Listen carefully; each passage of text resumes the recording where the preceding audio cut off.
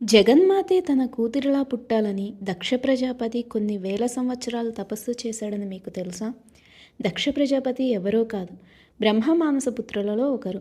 అప్పటికే భూమి మీద అవతరించి మహాశివుని వివాహం చేసుకోవాలనుకుంటున్న జగన్మాత దక్షుని తపస్సుకు మెచ్చి తన కూతురులా పుడతానని వరమిచ్చి తనకు కుమార్తెలా జన్మిస్తుంది.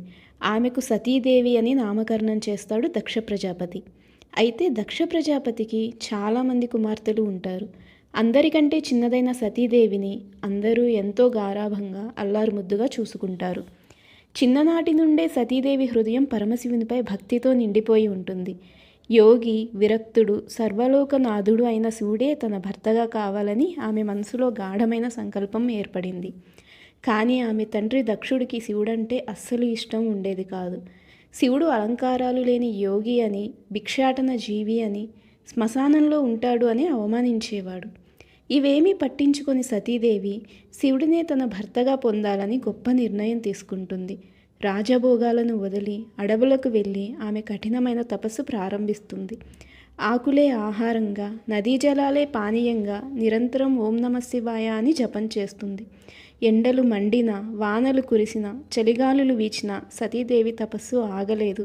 ఆమె భక్తితో, శక్తితో మూడు లోకాలు కంపించాయి. దేవతలందరూ ఆశ్చర్యపోయారు. చివరికి సతీదేవి తపస్సుకు మెచ్చిన పరమశివుడు ప్రత్యక్షమవుతాడు. ఆమె భక్తి తనను బంధించిందని, తన కోరిక నెరవేరుతుందని వరమిస్తాడు.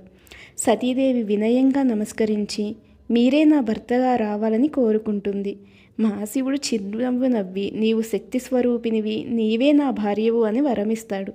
ఈ విధంగా సతీదేవి బ్రహ్మ విష్ణువుల సమక్షంలో మహాశివుని వివాహం చేసుకొని కైలాసం వెళ్ళిపోతుంది. నిజమైన భక్తి ఉంటే భగవంతుడే మన ముందుకు వస్తాడని సతీదేవి తన తపస్సు ద్వారా నిరూపిస్తుంది. ఈ కథ నచ్చినట్లయితే ఛానల్ను సబ్స్క్రైబ్ చేసుకోండి. ఓం నమః శివాయ అని కమెంట్ చేయండి.